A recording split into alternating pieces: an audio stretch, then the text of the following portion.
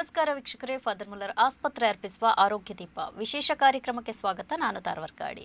ವೀಕ್ಷಕರೇ, ಇವತ್ತಿನ ಕಾರ್ಯಕ್ರಮದಲ್ಲಿ ನಾವು ಪಿತ್ತಕೋಶದ ಸಂಬಂಧಿಸಿದ ಸಮಸ್ಯೆ ಹಾಗೇನೆ ಇದರ ಪರಿಹಾರಗಳು ಈ ವಿಚಾರದ ಕುರಿತು ಸಾಕಷ್ಟು ಮಾಹಿತಿಯನ್ನು ಪಡೆಯಲಿಕ್ಕಿದ್ದೇವೆ. ಈ ಮಾಹಿತಿಯನ್ನು ಕೊಡೋದಕ್ಕೆ ನಮಗೆ ಫಾದರ್ ಮುಲ್ಲರ್ ಆಸ್ಪತ್ರೆಯ ಗ್ಯಾಸ್ಟ್ರೋಎಂಟ್ರಾಲಜಿ ವಿಭಾಗದ ಸಹ ಪ್ರಾಧ್ಯಾಪಕರಾಗಿರುವಂತಹ ಡಾಕ್ಟರ್ ಸುಧೀರ್ ಕೆ ಇದ್ದಾರೆ. ಬನ್ನಿ ಇವರನ್ನ ಕಾರ್ಯಕ್ರಮಕ್ಕೆ ಸ್ವಾಗತಿಸೋಣ. ಡಾಕ್ಟರ್, ಕಾರ್ಯಕ್ರಮಕ್ಕೆ ಸ್ವಾಗತ.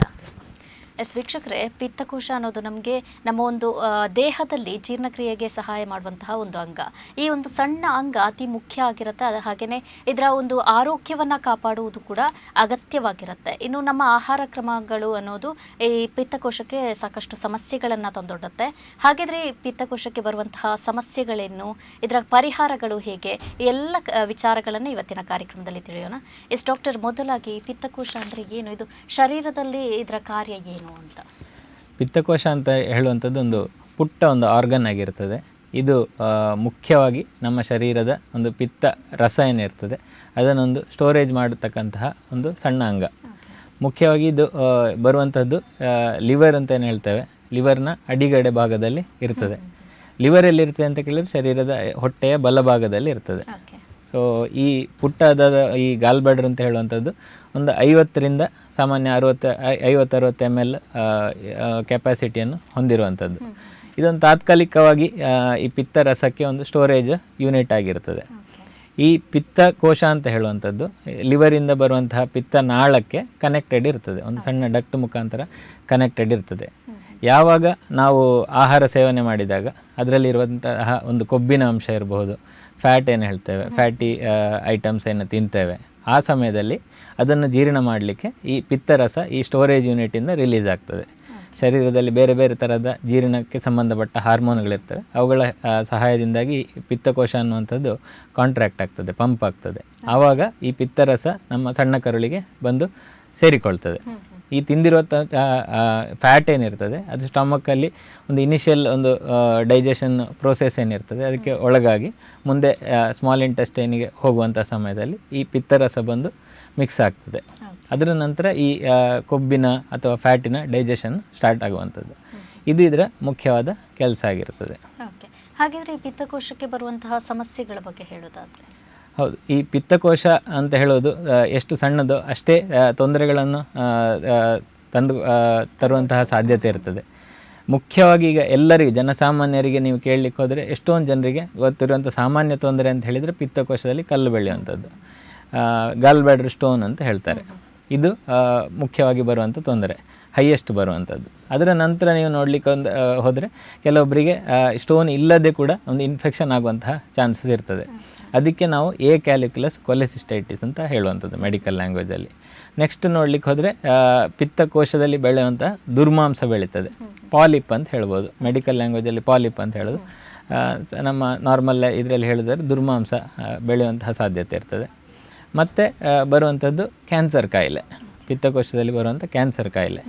ಇದಲ್ಲದೆ ನಾವು ಇವತ್ತಿನ ದಿವಸ ಈ ಪಿತ್ತಕೋಶ ಆಪ್ರೇಷನ್ ಏನಿರ್ತದೆ, ಗಾಲ್ ಬ್ಲಾಡರ್ ಸ್ಟೋನ್ ಆಪ್ರೇಷನ್ ಸಾಮಾನ್ಯವಾಗಿ ನಾವು ಮಾಡುವಂತಹ ಸರ್ಜರಿ ಆಗಿರ್ತದೆ. ಎಷ್ಟೋ ಜನ ಪೇಷಂಟ್ಸ್ ಕೂಡ ಈ ಪಿತ್ತಕೋಶ ಆಪ್ರೇಷನ್ ಆದ ಮೇಲೆ ಸಣ್ಣ ಪುಟ್ಟ ಸಮಸ್ಯೆಗಳೊಂದಿಗೆ ಬರ್ತಾರೆ. ನೋವಿರ್ತದೆ, ಲೂಸ್ ಮೋಷನ್ ಆಗ್ತದೆ, ಇನ್ನೇನೇನೋ ತೊಂದರೆಗಳನ್ನು ಹಿಡ್ಕೊಂಡು ಬರ್ತಾ ಇರ್ತದೆ. ಇವೆಲ್ಲವುಗಳಿಗೆ ನಾವು ಹೇಳುವಂಥದ್ದು ಪೋಸ್ಟ್ ಕೊಲೆಸಿಸ್ಟೆಕ್ಟಮಿ ಸಿಂಡ್ರೋಮ್ಸ್ ಅಂತ ಹೇಳಿದೆ. ಈ ಪಿತ್ತಕೋಶ ರಿಮೂವಲ್ ಆದ ನಂತರ ಬರುವಂಥ ಸಮಸ್ಯೆ. ಇದರ ಬಗ್ಗೆ ಕೂಡ ನಾವು ಎಷ್ಟಾಗ್ತದೆ ಅಷ್ಟು ಡಿಸ್ಕಷನನ್ನು ಮಾಡೋಣ, ಸೊ ದಟ್ ನಮ್ಮ ವೀಕ್ಷಕರಿಗೆ ಹೆಲ್ಪ್ ಆಗ್ತದೆ. ಅಂದರೆ ಇತ್ತೀಚೆಗೆ ಹೇಗೆ ಅಂದರೆ ಪಿತ್ತಕೋಶದ ಕಲ್ಲು ಅನ್ನೋದು ಹೆಚ್ಚಾಗಿದೆ, ಹಾಗೆಯೇ ಸಾಮಾನ್ಯವಾಗಿ ಕಂಡುಬರುವಂತಹ ಒಂದು ಸಮಸ್ಯೆ. ಇದು ಬರಲಿಕ್ಕೆ ಏನು ಕಾರಣ ಅಂತ? ಪಿತ್ತಕೋಶದ ಕಲ್ಲು ಬೆಳಿಲಿಕ್ಕೆ ಹಲವಾರು ಕಾರಣಗಳಿದ್ದಾವೆ.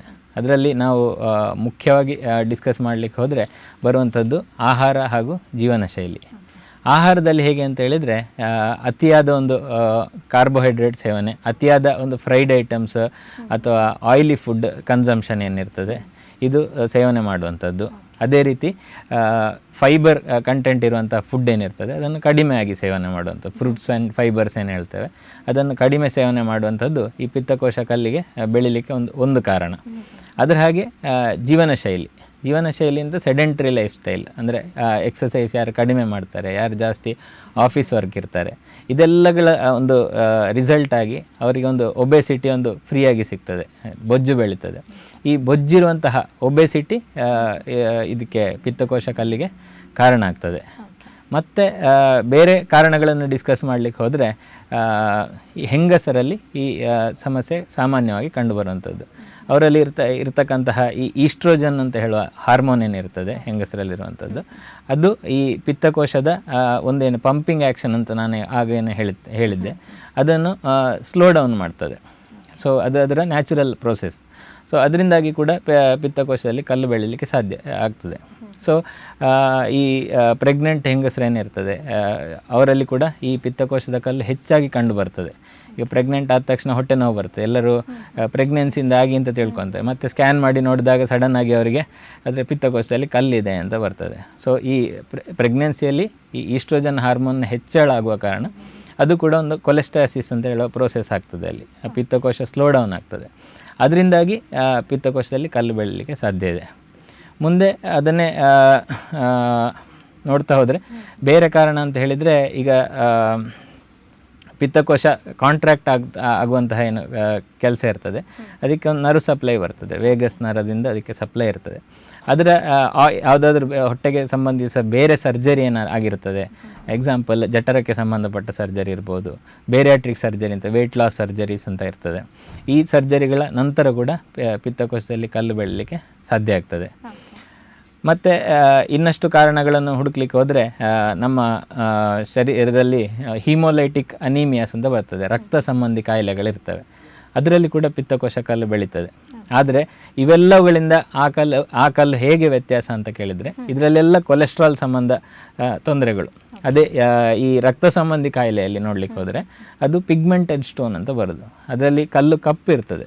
ಅದು ಯಾಕೆ ಬರ್ತದೆ ಅಂತ ಹೇಳಿದರೆ, ಈ ಕೆಂಪು ರಕ್ತ ಕಣ ಅಂತ ಏನು ಹೇಳ್ತೇವೆ, ಈ ಕೆಂಪು ರಕ್ತ ಕಣ ಎಕ್ಸೆಸ್ ಆಗಿ ಅದರದ್ದು ಏನು ಹೇಳ್ತೇವೆ ಟರ್ನ್ ಓವರ್ ಜಾಸ್ತಿ ಆಗ್ತಾ ಹೋಗ್ತದೆ.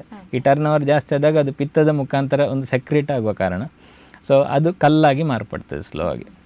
ಈ ಗರ್ಭಿಣಿಯರಲ್ಲಿ ಬರುವಂತಹ ಕಲ್ಲು ಆ ಟೈಮಲ್ಲಿ ಅವರ ಆರೈಕೆ ಅನ್ನೋದು ಹೇಗಿರಬೇಕು? ಇನ್ನು ಟೆಸ್ಟ್ ಎಲ್ಲ ಯಾವ ರೀತಿಯಾಗಿ ಮಾಡ್ತಾರೆ ಗರ್ಭಿಣಿಯರಲ್ಲಿ? ಗರ್ಭಿಣಿಯರಲ್ಲಿ ಈ ಪಿತ್ತಕೋಶ ಕಲ್ಲು ಬಂದಾಗ ಅವರಿಗೀಗ ಫಸ್ಟ್ ಟ್ರೈಮಿಸ್ಟರ್ ಅಥವಾ ಆ ಟೈಮಲ್ಲಿ ಏನು ನಾರ್ಮಲ್ ಆಗಿ ಅವರಿಗೆ ಒಂದು ವಾಂತಿ ಬರುವಂಥದ್ದು, ಹೊಟ್ಟೆ ನೋವು ಬರುವಂಥದ್ದು, ಈ ಥರದ್ದೆಲ್ಲ ಕಾಮನ್ ಆಗಿ ಕಂಡು ಬರ್ತದೆ. ಸೊ ಎಷ್ಟೊಂದು ಜನ ಇದೆಲ್ಲ ಪ್ರೆಗ್ನೆನ್ಸಿ ರಿಲೇಟೆಡ್ ಅಂತ ತಿಳ್ಕೊಂಡಿರ್ತಾರೆ.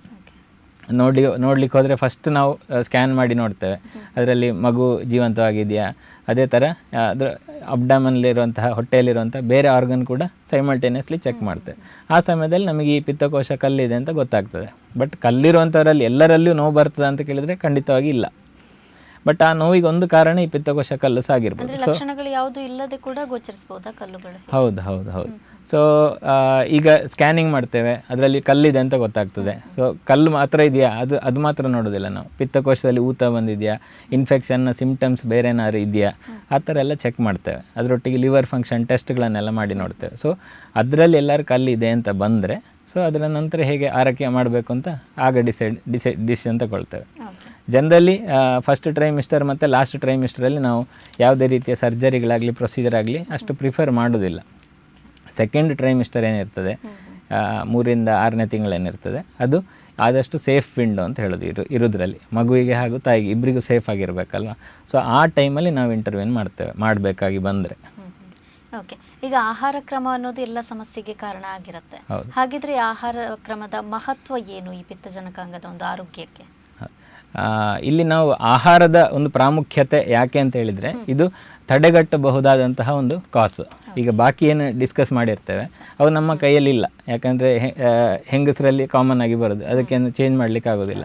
ಸೊ ಅದಕ್ಕೋಸ್ಕರ ಈ ಆಹಾರ ಕ್ರಮದಲ್ಲಿ ಹೇಗೆ ಅಂತ ಹೇಳಿದರೆ, ಈ ಅತಿಯಾದ ಆಯಿಲಿ ಫುಡ್, ಫ್ರೈಡ್ ಐಟಮ್ ಕನ್ಸಂಪ್ಷನ್ನು, ಎಕ್ಸೆಸಿವ್ ಒಂದು ಕಾರ್ಬೋಹೈಡ್ರೇಟ್ ಅಂಶ ಇರುವಂಥ ಶರ್ಕರೆ ಪಿಷ್ಟದ ಒಂದು ಅಂಶ ಕನ್ಸ್ಯೂಮ್ ಮಾಡುವಂಥದ್ದು, ಇವೆಲ್ಲ ಕೂಡ ಪಿತ್ತಕೋಶ ಕಲ್ಲಿಗೆ ಬೆಳೀಲಿಕ್ಕೆ ಕಾರಣ ಆಗ್ತದೆ. ಹಾಗೆ ಯಾವ ಒಂದು ಅಂಶ ಕಮ್ಮಿ ಆದರೆ ಪಿತ್ತಕೋಶ ಕಲ್ಲು ಬರ್ತದೆ ಅಂದರೆ ಅದು ಫೈಬರ್ ಕಂಟೆಂಟ್, ಈ ಫ್ರೂಟ್ಸ್ ಆ್ಯಂಡ್ ವೆಜಿಟೇಬಲ್ಸ್ ಅಥವಾ ಫೈಬರ್ ಕಂಟೆಂಟ್ ರಿಚ್ ಇರುವಂಥ ಈ ಸೊಪ್ಪು ತರಕಾರಿಗಳು, ಇವೆಲ್ಲ ಕನ್ಸಂಪ್ಷನ್ ಕಡಿಮೆ ಆದ ಸಂದರ್ಭದಲ್ಲಿ ಕೂಡ ಪಿತ್ತಕೋಶ ಕಲ್ಲು ಬೆಳೀತದೆ.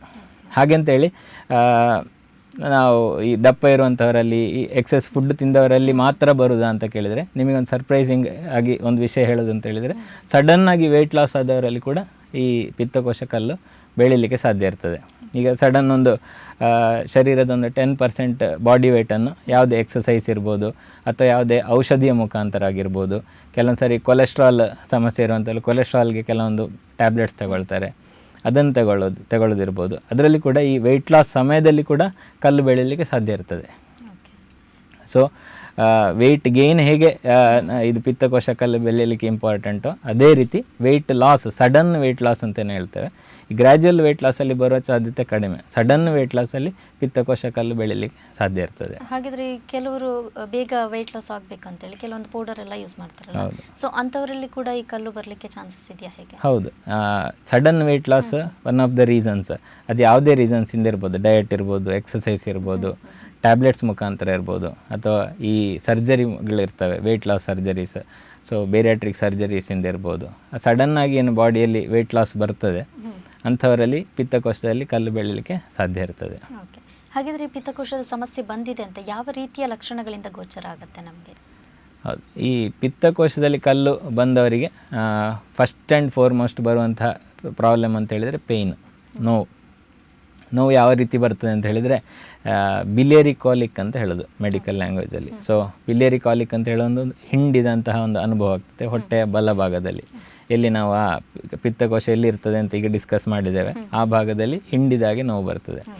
ಎಸ್ಪೆಷಲಿ ಫುಡ್ ತಿಂದು ಸ್ವಲ್ಪ ಹೊತ್ತಾದ ನಂತರ ಸ್ಟಾರ್ಟ್ ಆಗ್ತದೆ. ಅದರಲ್ಲಿ ಆಯಿಲಿ ಫುಡ್, ಫ್ರೈಡ್ ಐಟಮ್ಸ್ ತಿಂದಾಗ ಈ ನೋವು ಸ್ಟಿಮ್ಯುಲೇಟ್ ಆಗುವಂಥದ್ದು ಜಾಸ್ತಿ. ಸೊ ಒಂದು 3-5 ನಿಮಿಷ ಕಾಲ ಹೀಗೆ ಹಿಂಡಿದಾಗೆ ನೋವು ಬರ್ತದೆ ಮತ್ತು ಆಟೋಮೆಟಿಕ್ಕಾಗಿ ಕಮ್ಮಿ ಆಗ್ತದೆ. ಇದು ಯಾಕೆ ಬರ್ತದೆ ಅಂತ ಹೇಳಿದರೆ, ಈ ಪಿತ್ತಕೋಶದಲ್ಲಿ ಕಲ್ಲೇನಿರ್ತದೆ ಅದು ಹೋಗಿ ಆ ಪಿತ್ತ ನಾಳಕ್ಕೆ ಹೋಗುವಂತಹ ಏನು ದಾರಿ ಇರ್ತದೆ, ಅದನ್ನು ಟೆಂಪರರಿಯಾಗಿ ಅದು ಕ್ಲೋಸ್ ಆಗ್ತದೆ ಈ ಕಾಂಟ್ರಾಕ್ಟ್ ಆಗುವ ಸಮಯದಲ್ಲಿ. ಸೊ ಅದು ಕ್ಲೋಸ್ ಆದಾಗ ಈ ಕ್ಲೋಸ್ ಆದಂತಹ ಒಂದು ಡಕ್ಟಿನ ಎಗೇನ್ಸ್ಟ್ ಈ ಪ್ರೆಷರಿಂದ ಪಂಪ್ ಮಾಡುವ ಕಾರಣ ಪಿತ್ತಕೋಶದಲ್ಲಿ ನೋವು ಬರ್ತದೆ. ಸೊ ಇದಕ್ಕೆ ಬಿಲಿಯರಿ ಕೋಲಿಕ್ ಅಂತ ಹೇಳೋದು. ಅದಲ್ಲದೆ ಈಗ ನಾಶಿಯಾ ಅಂತ ಹೇಳ್ತೇವೆ, ವಾಂತಿ ಬಂದ ಹಾಗೆ ಆಗೋದು ಅಥವಾ ವಾಂತಿ ಬರುವುದು, ಈ ಥರ ಸಮಸ್ಯೆಗಳು ಕೂಡ ಇರ್ಬೋದು. ಕೆಲವೊಬ್ಬರಿಗೆ ಡಿಸ್ಪೆಪ್ಸಿಯಾ ಅಂತ ಹೇಳಿದ್ರೆ ಈ ಗ್ಯಾಸ್ಟ್ರೈಟಿಸ್ ಇದ್ದ ಹಾಗೆ ಫೀಲಿಂಗ್ ಆಗ್ತದೆ, ಸ್ವಲ್ಪ ತಿಂದ ಕೂಡಲೇ ಊಟ ಫುಲ್ ಆಯಿತು ಅಂತ ಆಗುವಂಥದ್ದು, ಸೊ ಊಟ ಸೇರದೇ ಇರುವಂಥದ್ದು, ಇಂತಹ ಕೂಡ ನಾನ್ ಸ್ಪೆಸಿಫಿಕ್ ಸಿಮ್ಟಮ್ಸ್ ಕೂಡ ಬರ್ಬೋದು. ಇದು ಸಿಂಪಲ್ ಆಗಿರುವಂತಹ ಕಲ್ಲಿಂದ ಬರುವಂತಹ ಸಿಮ್ಟಮ್ಸ್. ಅದೇ ಕೆಲವೊಂದು ಸರ್ತಿ ಏನಾಗ್ತದೆ ಅಂತೇಳಿ ನಾವೀಗ ಹೇಳಿದಾಗೆ ಈ ಪಿತ್ತನಾಳ ಏನು ಹೇಳಿರ್ತೇವೆ, ಪಿತ್ತನಾಳಕ್ಕೆ ಎಲ್ಲರೂ ಪಿತ್ತಕೋಶದ ಕಲ್ಲು ಜಾರಿ ಬಿತ್ತು ಅಂತ ಹೇಳಿದರೆ ಆ ಟೈಮಲ್ಲಿ ಪೇಯ್ನ್ ಸೀವಿಯರ್ ಆಗ್ಬೋದು. ಈ ಬಿಟ್ಟು ಬಿಟ್ಟು ಬರ್ತಾ ಇರೋಂತಹ ಪೇಯ್ನ್ ಕಂಟಿನ್ಯೂಸ್ ಆಗಿ ಬರ್ಬೋದು. ಅದು ಅದರ ಜೊತೆಗೆ ಜಾಂಡಿಸ್ ಬರುವಂಥದ್ದು, ಅಂದರೆ ಕಣ್ಣು ಹಳದಿ ಆಗೋದು, ಮೂತ್ರ ಹಳದಿ ಹೋಗುವಂಥದ್ದು, ಈ ಥರ ಸಮಸ್ಯೆ ಕೂಡ ಅದರ ಒಟ್ಟೊಟ್ಟಿಗೆ ಬರ್ತದೆ. ಮತ್ತು ಕೆಲವೊಬ್ಬರಿಗೆ ಪ್ಯಾಂಕ್ರೆಟೈಟಿಸ್ ಅಂತ ಹೇಳ್ತೇವೆ. ಈ ಪಿತ್ತನಾಳ ಏನಿರ್ತದೆ, ಪಿತ್ತನಾಳ ಹಾಗೂ ಪ್ಯಾಂಕ್ರಿಯಾಸ್ ಅಂತಲೇ ಹೇಳ್ತೇವೆ, ಅದರ ಎರಡರ ನಾಳ ಕೂಡ ಜಾಯಿಂಟಾಗಿ ನೆಕ್ಸ್ಟ್ ಇಂಟೆಸ್ಟೈನಿಗೆ ಜಾಯಿನ್ ಆಗುವಂಥದ್ದು. ಸೊ ಅದರ ದಾರಿ ಸೇಮ್ ಆಗಿರ್ತದೆ. ಸೊ ಪಿತ್ತಕೋಶದಿಂದ ಬಂದಂತಹ ಕಲ್ಲು ಆ ಕಾಮನ್ ಡಕ್ಟ್ ಏನಿರ್ತದೆ ಅಲ್ಲಿ ಹೋಗಿ ಜಾಮ್ ಆದರೆ ಅಥವಾ ಸಿಕ್ಕಿ ಹಾಕಿಕೊಂಡ್ರೆ ಅದರಲ್ಲಿ ಪ್ಯಾಂಕ್ರೆಟೈಟಿಸ್ ಕೂಡ ಬರುವಂಥದ್ದು. ಇದು ಪಿತ್ತಕೋಶದ ಕಲ್ಲಿಂದ ಬರುವಂತಹ ಕಾಂಪ್ಲಿಕೇಶನ್ಗಳಲ್ಲಿ ಒಂದು ಸೀರಿಯಸ್ ಕಾಂಪ್ಲಿಕೇಶನ್ ಅಂತ ಹೇಳ್ಬೋದು. ಓಕೆ, ಇನ್ನು ಗ್ಯಾಸ್ಟ್ರಿಕ್ ಇದ್ದು ನೋವು ಬರುತ್ತಲ್ಲ, ಗ್ಯಾಸ್ಟ್ರಿಕ್ ಇದ್ದು ನೋವು ಕೂಡ ಇದು ಸೇಮ್ ಇರುತ್ತಾ ಹೇಗೆ? ಹೌದು, ಗ್ಯಾಸ್ಟ್ರಿಕ್ಕಿನ ನೋವು ಕೂಡ ಗ್ಯಾಸ್ಟ್ರೈಟಿಸ್ ಅಂತ ಹೇಳೋದು. ಸೊ ಗ್ಯಾಸ್ಟ್ರೈಟಿಸ್ನ ನೋವು ಏನಿರ್ತದೆ ಅದು ಹೆಚ್ಚಾಗಿ ಎಪಿಗ್ಯಾಸ್ಟ್ರಿಯಮ್ ಅಂತ ಹೇಳಿದರೆ ಈ ಚೆಸ್ಟ್ ಹಾಗೂ ಅಬ್ಡಮೆನ್ನ ಒಂದು ಜಂಕ್ಷನ್ ಏನಿರ್ತದೆ ಅಲ್ಲಿ ಬರುವಂಥದ್ದು. ಸೊ ಈ ಪಿತ್ತಕೋಶದ ಕೆಲವೊಂದು ಸರ್ತಿ ಲೊಕೇಶನ್ ಕೂಡ ಅಲ್ಲೇ ನೋವು ಬರುವ ಕಾರಣ ಇದರ ಸಿಮ್ಟಮ್ಸ್ ಓವರ್ಲ್ಯಾಪಿಂಗ್ ಇರಲಿಕ್ಕೆ ಸಾಧ್ಯ. ಬಟ್ ಡಿಫ್ರೆನ್ಷಿಯೇಟ್ ಹೇಗೆ ಮಾಡ್ತೇವೆ ಅಂತ ಹೇಳಿದ್ರೆ, ಗ್ಯಾಸ್ಟ್ರೈಟಿಸ್ನ ನೋವು ಹೆಚ್ಚಾಗಿ ಒಂದು ಉರಿಯಿಂದ ಕೂಡಿರ್ತದೆ. ಹಾಗೆ ಅಂತ ಹೇಳಿ ಪಿತ್ತಕೋಶದ ಕಲ್ಲು ನೋಡಲಿಕ್ಕೆ ನಾನು ಹೇಳಿದಾಗ ಹಿಂಡಿದ ಹಾಗೆ ಬಿಟ್ಟು ಬಿಟ್ಟು ಬರುವಂತಹ ಟಿಪಿಕಲ್ ಪೇಯ್ನ್. ಸೊ ಕೆಲವೊಂದು ಸರಿ ಸಿಮ್ಟಮ್ಸ್ ಓವರ್ಲ್ಯಾಪಿಂಗ್ ಇರ್ತದೆ, ಆದರೆ ಮುಖ್ಯವಾಗಿ ಒಂದು ಡಿಫರೆನ್ಸನ್ನು ನಾವು ಕಂಡುಹಿಡಿಬೋದು. ಏನು ಆವಾಗಲೇ ಹೇಳಿದರೆ ಕೆಲವೊಂದು ಲಕ್ಷಣಗಳು ಇಲ್ಲದೆ ಕೂಡ ಈ ಒಂದು ಕಲ್ಲು ಬರ್ತದೆ ಅಂತ, ಹಾಗಿದ್ರೆ ಈ ಕಲ್ಲು ಬರಲಿಕ್ಕೆ ಕಾರಣ ಏನು ಅಂತ? ಈ ಗಾಲ್ ಬ್ಲಾಡರ್ ಸ್ಟೋನಲ್ಲಿ ಒಂದು 20-30% ಜನರಿಗೆ ಮಾತ್ರ ಲೈಫ್ ಟೈಮಲ್ಲಿ ಸಿಮ್ಟಮ್ಸ್ ಬರುವಂಥದ್ದು. ಮತ್ತು ಉಳಿದವರಲ್ಲಿ ನಮಗೆ ಇದ್ರೂ ಗೊತ್ತಾಗೋದಿಲ್ಲ. ನೀವೀಗ ಒಂದು ಗ್ರೂಪ್ ಆಫ್ ಪೀಪಲನ್ನು ನಾವು ತಗೊಂಡು ಬಂದು ಸ್ಕ್ಯಾನಿಂಗಿಗೆ ಒಂದು ಒಳಪಡಿಸಿದರೆ ಅದರಲ್ಲಿ ಒಂದು 25-30% ಜನಕ್ಕಲ್ಲಿ ಇದು ಕಲ್ಲು ನೀವು ಕಂಡುಹಿಡಿಬೋದು. ಬಟ್ ಎಲ್ಲರಿಗೂ ನೋವು ಇರ್ತದೆ ಅಂತ ಕೇಳಿದರೆ ಖಂಡಿತವಾಗಿ ಇರೋದಿಲ್ಲ. ಯಾಕೆ ಅಂತ ಹೇಳಿದರೆ, ಈ ಪ್ರತಿಯೊಂದು ಸರಿನೂ ಪಿತ್ತಕೋಶ ಕಾಂಟ್ರಾಕ್ಟ್ ಆದ ಸಂದರ್ಭದಲ್ಲಿ ಅದು ಹೋಗಿ ಅಲ್ಲಿ ಡಕ್ಟನ್ನು ಬ್ಲಾಕ್ ಮಾಡಬೇಕು ಅಂತೇನಿಲ್ಲ. ಸೊ ಆ ಬ್ಲಾಕ್ ಆದ ಪಕ್ಷದಲ್ಲಿ ಮಾತ್ರ ಈ ನೋವು ಬರುವಂಥದ್ದು. ಕೆಲವೊಬ್ಬರಿಗೆ ಸಣ್ಣ ಪುಟ್ಟ ನೋವು ಬರ್ತಾ ಇರ್ತದೆ, ಇಗ್ನೋರ್ ಮಾಡಿರ್ತಾರೆ, ಪಿತ್ತಕೋಶ ಸಣ್ಣದಾಗಿ ಹೋಗಿರ್ತದೆ, ಕಾಂಟ್ರಾಕ್ಟೆಡ್ ಗಾಲ್ ಬ್ಲಾಡರ್ ಅಂತೇಳಿ. ಅವರಲ್ಲಿ ಆಟೋಮೆಟಿಕ್ಕಾಗಿ ಆ ನೋವಿನ ಒಂದು ಅಂಶನ ಸಣ್ಣ ಪುಟ್ಟ ನೋವನ್ನು ಇಗ್ನೋರ್ ಮಾಡಿರ್ತಾರೆ. ನಿಧಾನಕ್ಕೆ ಗಾಲ್ ಬ್ಲಾಡರ್ ಫಂಕ್ಷನಿಂಗೇ ನಿಂತೋಗಿರ್ತದೆ, ಅದೇನಲ್ಲಿ ಸ್ಟೋರ್ ಮಾಡ್ತಾರೆ. ಎಫೆಕ್ಟ್ ಆಗೋದಿಲ್ವಾ ಈಗ? ಹಾಗೇನು ತೊಂದರೆ ಬರೋದಿಲ್ಲ. ತೊಂದರೆ ಬರುವಂಥದ್ದು ಈ ಇನ್ಫೆಕ್ಷನ್ ಆದ ಸಂದರ್ಭದಲ್ಲಿ ಮಾತ್ರ, ಅಥವಾ ನೋವು ಬಂದ ಸಂದರ್ಭದಲ್ಲಿ ಮಾತ್ರ. ಓಕೆ. ಇನ್ನು ಈ ಸ್ಟೋನ್ ಇರುವಂತಹ ಟೈಮಲ್ಲಿ ರೋಗಿಯನ್ನು ಯಾವ ರೀತಿಯ ಪರೀಕ್ಷೆಗೆ ಒಳಪಡಿಸ್ತಾರೆ ಅಂತ? ನಾರ್ಮಲಾಗಿ ನಾವು ಪಿತ್ತಕೋಶದ ಒಂದು ಸ್ಟೋನ್ ಇರ್ತದೆ, ಅದನ್ನು ಕಂಡುಹಿಡಲಿಕ್ಕೆ ಈಗ ನಾನು ಹೇಳಿದೆ symptomatic gall bladder stone, symptom ಇಲ್ಲದಿರುವಂಥ ಅವರಿಗೆ ನಾರ್ಮಲ್ ಆಗಿ ಅವರ ಹೆಲ್ತ್ ಚೆಕಪ್ ಏನೋ ಒಂದು ಪ್ಯಾಕೇಜಸ್ ಇರುತ್ತೆ, ಅದರಲ್ಲಿ ಒಂದು ಸ್ಕ್ಯಾನಿಂಗ್ ಮಾಡಿಸಿರ್ತಾರೆ, ಅದರಲ್ಲಿ ಕಂಡುಹಿಡುವಂಥದ್ದು. ಅದೇ ಸಿಂಪ್ಟಮ್ಸ್ ಇರುವವರು ಹೊಟ್ಟೆ ನೋವು ಅಂತ ಬಂದಿರ್ತಾರೆ, ನಾವು ಅವರನ್ನು ಪರೀಕ್ಷೆಗೆ ಒಳಪಡಿಸಿರ್ತೇವೆ, ಬ್ಲಡ್ ಟೆಸ್ಟ್ ಮಾಡಿರ್ತೇವೆ. ಅದರಲ್ಲಿ ಎಸ್ಪೆಷಲಿ ನಮಗೆ ಇಲ್ಲಿ ಇಂಪಾರ್ಟೆಂಟ್ ಆಗುವಂಥದ್ದು ಲಿವರ್ ಫಂಕ್ಷನ್ ಟೆಸ್ಟ್. ಆ ಲಿವರ್ ಫಂಕ್ಷನ್ ಟೆಸ್ಟಲ್ಲಿ ಆ ನೋವು ಸೀವಿಯರ್ ಆಗಿರುವಂಥ ಅಕ್ಯೂಟ್ ಕೊಲೆಸಿಸ್ಟೈಟಿಸ್ ಇದ್ದರೆ ಕೆಲವೊಂದು ಸಾರಿ ಅದರಲ್ಲಿ ಜಾಂಡಿಸ್ ಇರ್ತದೆ, ಲಿವರಿಗೆ ಸಂಬಂಧಪಟ್ಟ ಒಂದು ಎನ್ಸೈಮ್ಸ್ ಏನಿರ್ತದೆ ಅದು ಇಲೆವೇಟೆಡ್ ಇರ್ತದೆ, ಅದಿರ್ಬೋದು. ಮತ್ತು ಅಲ್ಟ್ರಾಸೌಂಡ್ ಸ್ಕ್ಯಾನ್ ಇದರಲ್ಲಿ ಸುಪೀರಿಯರ್ ಅಂತ ಹೇಳ್ತೇವೆ ನಾವು ಇದಕ್ಕೆ, ಪಿತ್ತಕೋಶದ ಕಲ್ಲಿಗೆ. ಅದರಲ್ಲಿ ನಾವು ಪಿತ್ತಕೋಶದಲ್ಲಿರುವಂತಹ ಅದರ ವಾಲ್ ಏನಿರ್ತದೆ ಅದರಲ್ಲಿ ಊತ ಬಂದಿದೆಯಾ, ಅಥವಾ ಅದರಲ್ಲಿ ಪಸ್ ಆಗಿದೆಯಾ, ಅಥವಾ ಅದೇನು ಒಡೆದು ಹೋಗಿದೆಯಾ, ಅಥವಾ ಗ್ಯಾಂಗ್ರಿನಸ್ ಚೇಂಜಸ್ ಬಂದಿದೆಯಾ, ಇಷ್ಟೆಲ್ಲ ಇನ್ಫಾರ್ಮೇಷನ್ ನಾವು ಆ ಸ್ಕ್ಯಾನಿಂಗಲ್ಲಿ ತಿಳ್ಕೊಳ್ಬೋದು. ಯಾವಾಗ ನಮಗೆ ಅದೆಲ್ಲ ಡೌಟ್ ಇರ್ತದೆ, ಪಿತ್ತನಾಳದಲ್ಲಿ ಕಲ್ಲಿರ್ತದೆ, ಈ ಥರ ಒಂದು ಸಿಚುವೇಶನ್ ಇದ್ದರೆ ನಾವು ಅವರನ್ನು MRCP ಅಂತ ಹೇಳ್ತೇವೆ, MRI ಥರದ್ದೇ ಸ್ಕ್ಯಾನಿಂಗಿಗೆ ಒಳಪಡಿಸ್ತೇವೆ. ಸೊ ಅದರಲ್ಲಿ ನಮಗೆ ಈ ಪಿತ್ತನಾಳದ ಹಾಗೂ ಈ ಥರ ಒಂದು ಇನ್ಫಾರ್ಮೇಷನ್ ಜಾಸ್ತಿಯಾಗಿ ಸಿಗ್ತದೆ. ಮತ್ತಿನ್ನು ಕೆಲವು ಸಿಲೆಕ್ಟೆಡ್ ಪೇಷಂಟ್ಸಲ್ಲಿ CT ಸ್ಕ್ಯಾನ್ ಹೇಳ್ತೇವೆ. CT ಸ್ಕ್ಯಾನ್ ಎಲ್ಲರಿಗೂ ಗೊತ್ತಿರುವಂಥದ್ದು. ಅದು ಯಾವಾಗ ಮಾಡ್ತೇವೆ ಅಂತ ಹೇಳಿದ್ರೆ, ಈಗ ಪಿತ್ತಕೋಶ ಒಡೆದೋಗಿದೆ ಅಂತ ಡೌಟ್ ಇದೆ, ಅಥವಾ ಅದರಲ್ಲಿ ಗ್ಯಾಂಗ್ರಿನಸ್ ಚೇಂಜಸ್ ಬಂದಿದೆ ಅಂತ ಅನಿಸುತ್ತೆ, ಆ ಥರ ಇದ್ದರೆ, ಅಥವಾ ಜೊತೆಗೆ ಕೆಲವೊಂದು ಸರ್ತಿ ಕಾಂಪ್ಲಿಕೇಶನ್ ನಾನು ಹೇಳಿದಾಗೆ ಪ್ಯಾಂಕ್ರೆಟೈಟಿಸ್ ಆಗಿರ್ಬೋದು, ಅದರ ಸಿವಿಯಾರಿಟಿ ತಿಳ್ಕೊಳ್ಳಿಕ್ಕೋಸ್ಕರ ನಾವು CT ಸ್ಕ್ಯಾನನ್ನು ಕೂಡ ಕೆಲವೊಬ್ಬರಿಗೆ ಮಾಡ್ತೇವೆ. ಯಾವ ಸಮಯದಲ್ಲಿ ಅದು ಸಿವಿಯರ್ ಆಗುತ್ತೆ ಅಂತ? ಅದೇ ಪಿತ್ತಕೋಶದ ಕಲ್ಲು ಏನಿರ್ತದೆ, ಈ ನೋವು ಬರುವಂಥ ಕೆಲವೊಂದು ಪೇಷಂಟ್ಸಲ್ಲಿ ಅದು ಜಾರಿ ಪಿತ್ತನಾಳಕ್ಕೆ ಬರುವಂಥದ್ದು. ಪಿತ್ತನಾಳಕ್ಕೆ ಬಂದರೆ ಅದರಿಂದ ಉಂಟಾಗಿರುವಂಥ ಜಾಂಡಿಸ್ ಇರ್ಬೋದು, ಪ್ಯಾಂಕ್ರೆಟೈಟಿಸ್ ಇರ್ಬೋದು ಬರ್ತದೆ. ಸೊ ಆವಾಗ ಅದು ಸಿವಿಯರ್ ಆಗುವಂಥದ್ದು. ಸೊ ಯಾವೆಲ್ಲ ರೀತಿಯ ಒಂದು ಟ್ರೀಟ್ಮೆಂಟ್ ಇದೆ ಅಂತ? ಪಿತ್ತಕೋಶದ ಕಲ್ಲಿಗೆ ನಾವು ಮೇಯ್ನಾಗಿ ಸಿಂಪ್ಟಮ್ಯಾಟಿಕ್ ಗಾಲ್ ಬ್ಲಾಡರ್ ಸ್ಟೋನ್ ಮತ್ತು ಸಿಂಪ್ಟಮ್ಯಾಟಿಕ್ ಅಂತ ಎರಡು ಥರ ನಾವು ಡಿವೈಡ್ ಮಾಡ್ಕೋಬೋದು. ಸಿಂಪ್ಟಮ್ಸನ್ನು ನಾವೀಗ ಹೇಳಿರುವಂಥ ಸಿಂಪ್ಟಮ್ಸ್, ಆ ಸಿಂಪ್ಟಮ್ಸ್ ಇರುವಂಥವರಲ್ಲಿ ನಾವು ಲ್ಯಾಪ್ರೋಸ್ಕೋಪಿಕ್ ಕೊಲೆಸಿಸ್ಟೆಕ್ಟಮಿ ಅಂತ ಹೇಳೋದು. ಈ ಏನು ಹೇಳೋದು, ದುರ್ಬೀನ್ ಆಪ್ರೇಷನ್ ಅಂತ ಸಿಂಪಲ್ ಲ್ಯಾಂಗ್ವೇಜಲ್ಲಿ ಹೇಳ್ತಾರೆ. ಸೊ ಕೀ ಹೋಲ್ ಆಪ್ರೇಷನ್ ಅಂತಲೂ ಹೇಳ್ತಾರೆ. ಸೊ ಸಣ್ಣದಾಗಿ 1 ಸೆಂಟಿಮೀಟರ್ 0.5 ಸೆಂಟಿಮೀಟರ್ನಷ್ಟು 3 ರಿಂದ 4 ರಂಧ್ರಗಳನ್ನು ಮಾಡಿ ಅದರ ಮೂಲಕ ಕ್ಯಾಮರಾ ಮುಖಾಂತರವಾಗಿ ನಾವು ಆಪ್ರೇಷನ್ ಮಾಡುವಂಥದ್ದು. ಇದನ್ನು ನಾವು ಮಿನಿಮಲಿ ಇನ್ವೆಸಿವ್ ಅಂತ ಕರಿತೇವೆ. ಮುಂಚಿನ ಕಾಲದಲ್ಲಿ ಇದೇ ಸರ್ಜರಿಯನ್ನು ಓಪನ್ ಆಗಿ, ಅಂದರೆ ಈ ಹೊಟ್ಟೆ ಬಲಭಾಗದಲ್ಲಿ 10-15 ಸೆಂಟಿಮೀಟರ್ ಗಾಯವನ್ನು ಮಾಡ್ತಾ ಇದ್ದಂಥದ್ದು ಈಗ ಗೋಲ್ಡ್ ಸ್ಟ್ಯಾಂಡರ್ಡ್ ಆಗಿ ಲ್ಯಾಪ್ರೋಸ್ಕೋಪಿಕ್ ಕೊಲೆಸಿಸ್ಟೆಕ್ಟಮಿ ಅಂತ ಹೇಳ್ತೇವೆ. ಲ್ಯಾಪ್ರೋಸ್ಕೋಪಿ ಮುಖಾಂತರವಾಗಿ ಮಾಡೋದು. ಸಾಮಾನ್ಯವಾಗಿ ಅರ್ಧ ಗಂಟೆ 3/4 ಗಂಟೆ ಹೀಗೆ ಆಪ್ರೇಷನ್ ವೇರಿ ಆಗ್ತದೆ, ಡಿಪೆಂಡಿಂಗ್ ಅಪಾನ್ ಅದರ ಡಿಫಿಕಲ್ಟಿ ಎಷ್ಟಿದೆ ಅಂತೇಳಿ, ಮತ್ತು ಸರ್ಜನ್ ಎಕ್ಸ್ಪರ್ಟೀಸ್ ಎಷ್ಟಿದೆ ಅದರ ಮೇಲೆ. ಜನರಲ್ ಅನೆಸ್ಥಿಷಿಯಾದಲ್ಲಿ ಮಾಡುವಂಥದ್ದು, ಫುಲ್ಲಾಗಿ ಮೂರ್ಛೆ ತಪ್ಪಿಸಿ ಮಾಡುವಂಥದ್ದು. ಯಾವ ಸಮಯದಲ್ಲಿ ಸರ್ಜರಿ ಬೇಕಾಗುತ್ತೆ? ಹೌದು, ಸಿಂಪ್ಟಮ್ಯಾಟಿಕ್ ಗಾಲ್ ಬ್ಲಾಡರ್ ಸ್ಟೋನ್ ಇರುವಂತಹವರು ಅದರಲ್ಲಿ ಜನರಲ್ ಅನೆಸ್ಥಿಷಿಯಾ ಟಾಲರೇಟ್ ಮಾಡಲಿಕ್ಕೆ ಯಾವುದೆಲ್ಲ ಪೇಷಂಟ್ ಫಿಟ್ ಇರ್ತಾರೆ ಅವರಲ್ಲೆಲ್ಲ ನಾವು ಲ್ಯಾಪ್ರೋಸ್ಕೋಪಿಕ್ ಕೊಲೆಸಿಸ್ಟೆಕ್ಟಮಿಗೆ ಅಡ್ವೈಸ್ ಮಾಡ್ತೇವೆ. ಸಿಂಪ್ಟಮ್ಸ್ ಮೇಯ್ನಾಗಿ ಪೇಯ್ನ್. ಕೆಲವೊಬ್ಬರಲ್ಲಿ ಈಗ ಗ್ಯಾಸ್ಟ್ರೈಟಿಸ್ ಥರ ಸಿಂಪ್ಟಮ್ಸ್ ನೀವು ಆಗ ಕೇಳಿದಾಗೆ ಓವರ್ಲ್ಯಾಪಿಂಗ್ ಇರ್ಬೋದು. ಅಂಥವರಲ್ಲಿ ನಾವು ಎಂಡೋಸ್ಕೋಪಿ ಮಾಡಿ ಗ್ಯಾಸ್ಟ್ರೈಟಿಸ್ ಇದೆಯಾ ಅಥವಾ ಇದ್ದರೆ ಅದಕ್ಕೋಸ್ಕರ ಟ್ರೀಟ್ಮೆಂಟ್ ಮಾಡಿ ನೋಡಿ ಅದನ್ನು ರೂಲ್ ಔಟ್ ಮಾಡಿ ಬೇರೇನು ಕಾರಣಗಳಿಲ್ಲ ಅಂತ ಗೊತ್ತಾದ ಮೇಲೆ ಈ ಸರ್ಜರಿ ಅಡ್ವೈಸ್ ಮಾಡ್ತೇವೆ. ಮತ್ತು ಸಿಂಪ್ಟಮ್ಯಾಟಿಕ್ ಅಂದರೆ ಸಿಂಪ್ಟಮ್ಸ್ ಇಲ್ಲದವರಲ್ಲಿ ಆಪ್ರೇಷನ್ ಮಾಡಬೇಕಂತ ಕೇಳಿದರೆ ಎಲ್ಲರಲ್ಲೂ ಖಂಡಿತವಾಗಿ ಮಾಡಬೇಕಾಗಿಲ್ಲ. ಯಾರಿಗೆ ಪೇಯ್ನ್ ಇಲ್ಲ ಅವರನ್ನು ವಿದೌಟ್ ಸರ್ಜರಿ ಒಬ್ಸರ್ವ್ ಮಾಡ್ಬೋದು. ಆದರೆ ಕೆಲವೊಂದು ರೋಗಿಗಳಲ್ಲಿ ಪೇಯ್ನ್ ಸಿಂಪ್ಟಮ್ಸ್ ಇಲ್ಲದಿದ್ದರೆ ಕೂಡ ನಾವು ಮಾಡಬೇಕಾಗ್ತದೆ. ಯಾವಾಗ ಅಂತ ಹೇಳಿದರೆ ಆಗ ಹೇಳಿದಾಗೆ ಹಿಮೋಲೈಟಿಕ್ ಅನಿಮಿಯಾಸ್ ಅಂತ ಹೇಳಿದೆ, ರಕ್ತ ಸಂಬಂಧಿ ಕಾಯಿಲೆ ಏನಿರ್ತದೆ ಅವರಲ್ಲಿ ಖಂಡಿತವಾಗಿ ಕಾಂಪ್ಲಿಕೇಶನ್ಸ್ ಬರುವಂಥ ಸಾಧ್ಯತೆ ಇರ್ತದೆ. ಅವರಲ್ಲಿ ನಾವು ನೋವು ಇಲ್ಲದಿದ್ದರೆ ಕೂಡ ಸರ್ಜರಿ ಮಾಡ್ಬೋದು. ಮತ್ತು ಏಷ್ಯನ್ ಪಾಪ್ಯುಲೇಷನ್, ಅದರಲ್ಲಿ ನಮ್ಮ ಏಷ್ಯನ್ ಪಾಪ್ಯುಲೇಷನ್ ಬರ್ತದೆ, ಅದರಲ್ಲೂ ಸ್ಪೆಷಲಾಗಿ ನಾರ್ತ್ ಇಂಡಿಯಾ ಆ ಸೈಡಲ್ಲೆಲ್ಲ ಈ ಪಿತ್ತಕೋಶದ ಕ್ಯಾನ್ಸರ್ನ ಸಂಭಾವನೆ ಜಾಸ್ತಿ. ಅವರ ಲೈಫ್ ಸ್ಟೈಲಿಂದ ಇರ್ಬೋದು, ಜೆನೆಟಿಕ್ ಫ್ಯಾಕ್ಟರ್ ಇರ್ಬೋದು, ಅವರ ವಂಶ ಪಾರಂಪರಿಕವಾಗಿ ಅವರಿಗೊಂದು ಪ್ರೋನ್ ಇರ್ತಾರೆ ಅವರು ಕ್ಯಾನ್ಸರ್ ಬರಲಿಕ್ಕೆ. ಅಂಥವರಲ್ಲಿ ಕೂಡ ನಾವು ಎಸಿಂಪ್ಟಮ್ಯಾಟಿಕ್ ಇದ್ದರೂ ಗಾಲ್ ಬ್ಲಾಡರ್ ಆಪ್ರೇಷನ್ ಕನ್ಸಿಡರ್ ಮಾಡ್ಬೋದು. ಮತ್ತು ಕೆಲವೊಬ್ಬರಿಗೆ ಇಮ್ಯುನೋ ಸಪ್ರೆಷನ್ ಮೇಲೆ ಇರ್ತಾರೆ. ಅದೀಗ ಒಂದು ಏನು ಹೇಳುವಂಥದ್ದು, ಕಿಡ್ನಿ ಟ್ರಾನ್ಸ್ಪ್ಲಾಂಟ್ ಆಗಿರ್ಬೋದು, ಲಿವರ್ ಟ್ರಾನ್ಸ್ಪ್ಲಾಂಟ್ ಆಗಿರ್ಬೋದು, ಅಥವಾ ಇನ್ನಿತರ ರೋಗದಿಂದಾಗಿ ಅವರಿಗೆ ಸ್ಟಿರಾಯ್ಡ್ಸ್ ಇರ್ತದೆ, ಅಥವಾ ಇನ್ನಿತರ ಒಂದು ಏನು ಹೇಳ್ತಾರೆ ಇಮ್ಯುನೋ ಸಪ್ರೆಸೆಂಟ್ ಡ್ರಗ್ಸ್ ಅಂತ ಇರ್ತದೆ. ಅದರ ಮೇಲೆ ಇರುವವರಿಗೆ ಮುಂದೆ ಕಾಂಪ್ಲಿಕೇಶನ್ ಬರುವಂಥ ಸಾಧ್ಯತೆ ಇರ್ತದೆ. ಸೊ ಅವರಿಗೆ ಆ ಕಾಂಪ್ಲಿಕೇಶನ್ ಅವಾಯ್ಡ್ ಮಾಡಲಿಕ್ಕೆ ನಾವು ಪ್ರೊಫೈಲಾಕ್ಟಿಕಲಿ ಈ ಗಾಲ್ ಬ್ಲಾಡರ್ ಸರ್ಜರಿಯನ್ನು ಮಾಡ್ಬೋದು. ಅದು ಬಿಟ್ಟರೆ ವೆಯ್ಟ್ ಲಾಸ್ ಸರ್ಜರಿ ಇದ್ದಾಗ ಹೇಳಿರ್ತೇನೆ, ಅದು ಕೂಡ ಸಡನ್ನಾಗಿ ವೆಯ್ಟ್ ಲಾಸ್ ಆದರೆ ಪಿತ್ತಕೋಶದಲ್ಲಿ ಕಲ್ಲು ಬರ್ತದೆ ಅಂತ. ಸೊ ಆ ಥರ ಇದ್ದ ಕಾರಣ ಸೊ ಅದು ಮಾಡುವ ಸಮಯದಲ್ಲೇ ನಾವು ಪಿತ್ತಕೋಶ ಕೂಡ ಕಲ್ಲಿದ್ದರೆ ಅದನ್ನಾಗಲೇ ಆಪ್ರೇಷನ್ ಮಾಡಿ ಬಿಡ್ಬೋದು, ಸಿಂಪ್ಟಮ್ಸ್ ಇಲ್ಲ ಇದ್ರು. ಇವಾಗ ಸರ್ಜರಿ ವಿಚಾರ ಬಂದಾಗ ಯಾವೆಲ್ಲ ರೀತಿಯ ಹೊಸ ಶೈಲಿಯ ಸರ್ಜರಿಗಳು ಇವೆ ಇವಾಗ?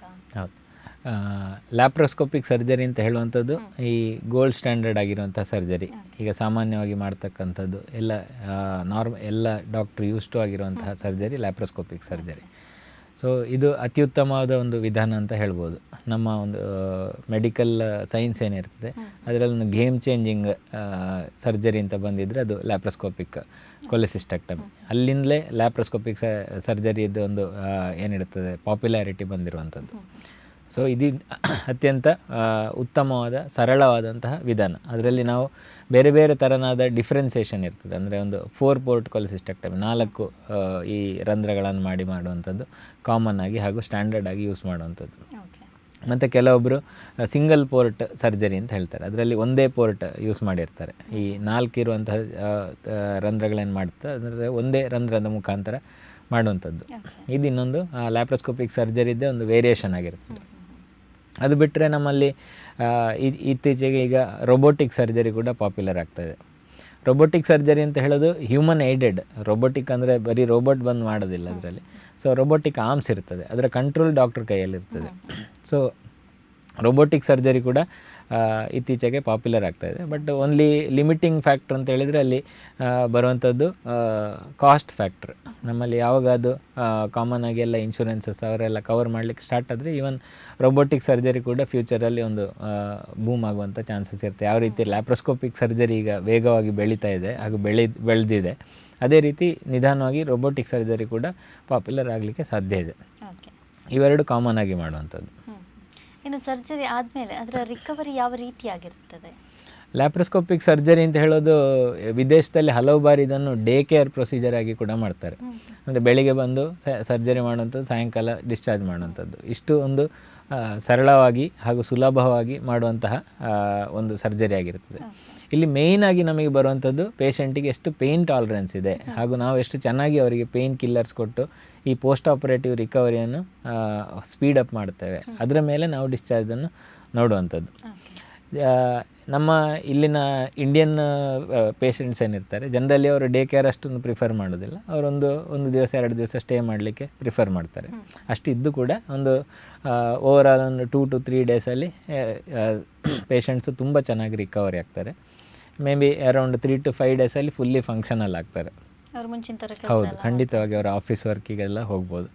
ಮೇನ್ ಇಲ್ಲಿರುವಂಥದ್ದು ಅವರು ಸರ್ಜರಿಯ ನಂತರ ಈ ಪೇಯ್ನ್ ಟಾಲರೆನ್ಸ್ ಏನಿರ್ತದೆ, ಈ ಕೀ ಹೋಲ್ ಮಾಡಿರುವಂತಹ ಜಾಗ ಸ್ವಲ್ಪ ನೋವಿರ್ತದೆ, ಅದರ ಒಂದು ನಾವು ಪೇನ್ ಕಿಲ್ಲರ್ ಮುಖಾಂತರ ಅದನ್ನು ಕಂಟ್ರೋಲ್ ಮಾಡಿದರೆ ಸೊ ಅವರು ಫುಲ್ಲಿ ಫಂಕ್ಷನಲ್ ಆಗ್ತಾರೆ. ಈ ಗಾಯ ರಿಲೇಟೆಡ್ ಸಮಸ್ಯೆ ಇದೆಲ್ಲ ಮೊದಲಿದ್ದಂತಹ ಸಮಸ್ಯೆಗಳು, ಸೊ ಅದೆಲ್ಲ ಇವಾಗ ಅವಾಯ್ಡ್ ಮಾಡಲಿಕ್ಕೆ ಆಗ್ತದೆ.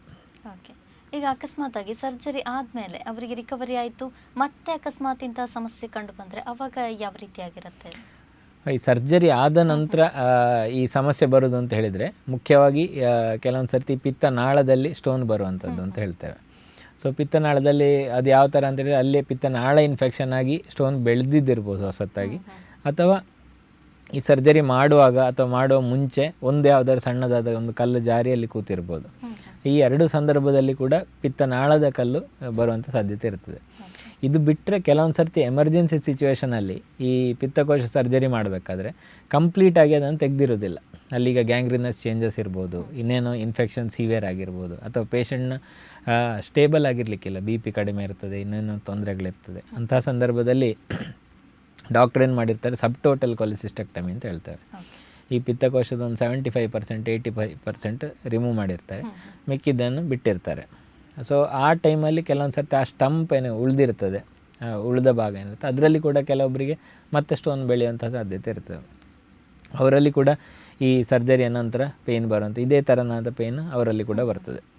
ಇದೊಂದು ಕಾರಣ. ಆದರೆ ಇನ್ನೊಂದಷ್ಟು ಪೇಷಂಟ್ಸಲ್ಲಿ ಪೋಸ್ಟ್ ಕೊಲೆಸಿಸ್ಟೆಕ್ಟಮಿ ಸಿಂಡ್ರೋಮ್ಸ್ ಅಂತ ಬರ್ತದೆ. ಈ ರಿಕವರಿ ಆಗಬೇಕಾದ್ರೆ ಕೆಲವೊಬ್ಬರಿಗೆ ಪಿತ್ತಕೋಶ ಸ್ಟೋರೇಜ್ ಅಂತ ಹೇಳಿದ್ದೆ, ಈ ಕೆಲವೊಬ್ಬರಿಗೆ ಪಿತ್ತಕೋಶ ಸ್ಟೋರೇಜ್ ಇಲ್ಲದಿರುವಾಗ ಡೈರೆಕ್ಟಾಗಿ ಪಿತ್ತ ಏನಿರ್ತದೆ ಅದು ಸಣ್ಣ ಕರಳಿಗೆ ಬರ್ತದೆ.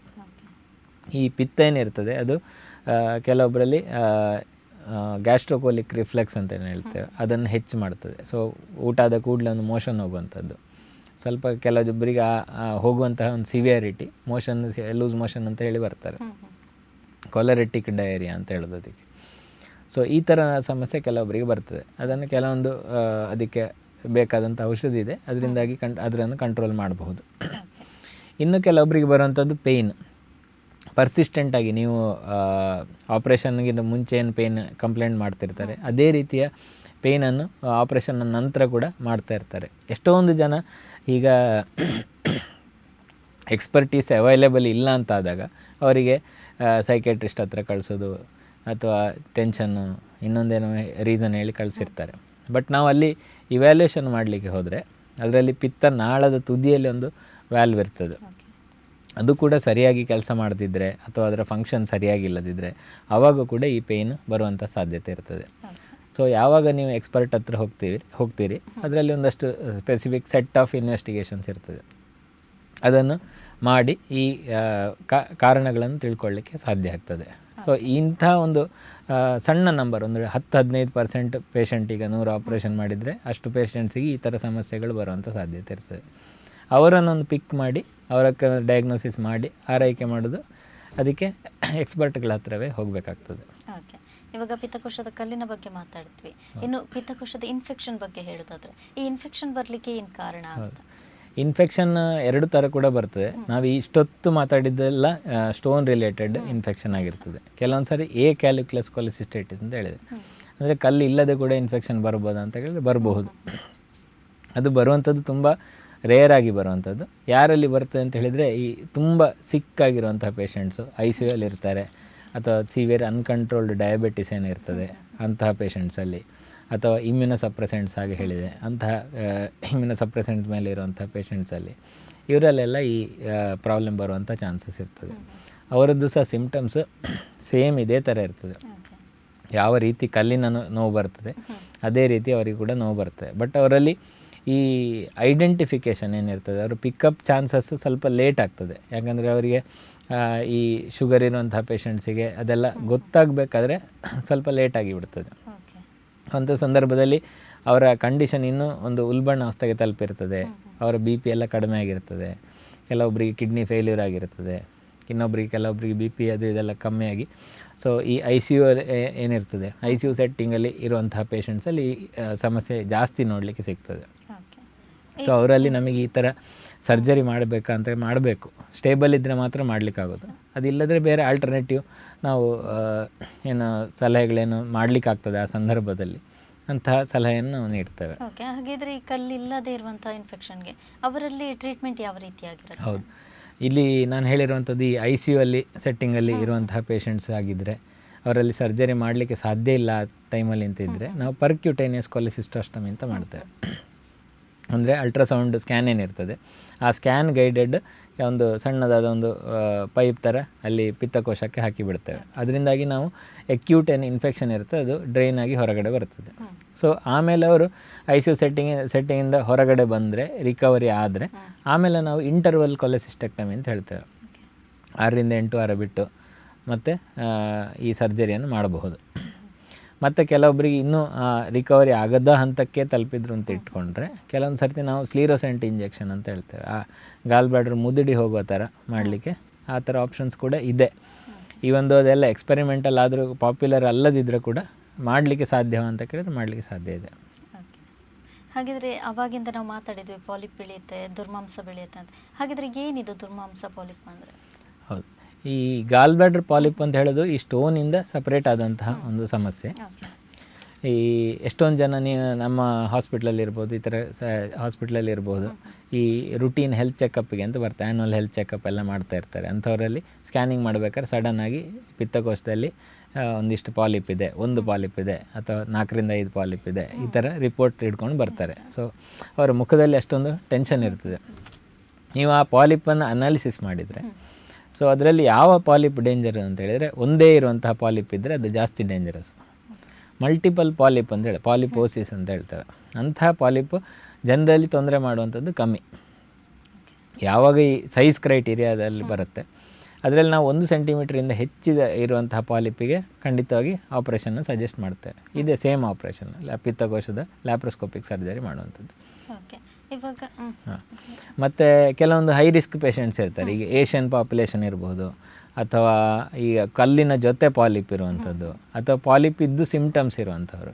ಇಂಥವರಲ್ಲಿ ಕೂಡ ಈಗ ಅಲ್ಲಿ ಸೈಜ್ ಕ್ರೈಟೀರಿಯಾ ನೋಡದೆ ನಾವು ಸಿಮ್ಟಮ್ಸ್ಗೋಸ್ಕರವಾಗಿ ಈ ಕೊಲೆಸಿಸ್ಟೆಕ್ಟಮಿ ಅಡ್ವೈಸ್ ಮಾಡ್ತೇವೆ. ಮತ್ತು 5ರಿಂದ 9 ಮಿಲಿಮೀಟ್ರ್ ಇರುವಂತಹ ಪಾಲಿಪ್ ಇರ್ತದೆ. ಈ 1 ಸೆಂಟಿಮೀಟ್ರ್ ಸ್ವಲ್ಪ ಬಾರ್ಡರ್ ಲೈನ್ ಸ್ವಲ್ಪ ಸಣ್ಣ ಇದೆ, ಬಟ್ ಎಂತ ಮಾಡೋದು ಅಂತ ಇರುತ್ತೆ. ಸೊ ಆಗ ನಾವು ರಿಸ್ಕ್ ಫ್ಯಾಕ್ಟರ್ ನೋಡ್ತೇವೆ.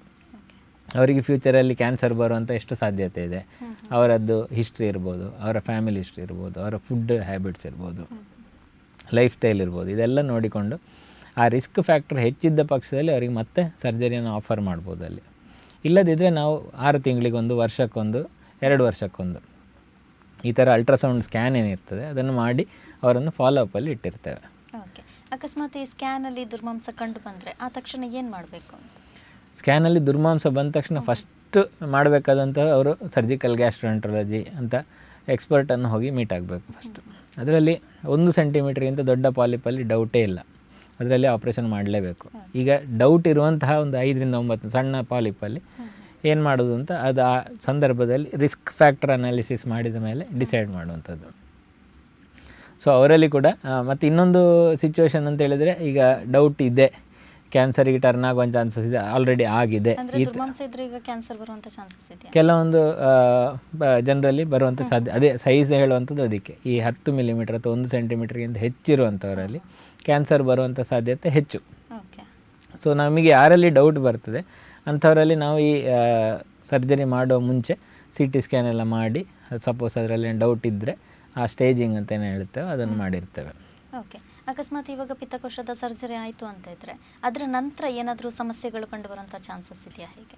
ಹೌದು, ಈ ಪಾಲಿಪ್ ಇರುವಂತಹ ಸನ್ನಿವೇಶದಲ್ಲಿ ನಾವು ಪಿತ್ತಕೋಶ ಆಪ್ರೇಷನ್ ಮಾಡಿದ ಮೇಲೆ ಅದರ ಕೆಲವೊಂದು ಸರ್ತಿ ಕ್ಯಾನ್ಸರ್ ಇದೆ ಅಂತ ಬರ್ತದೆ.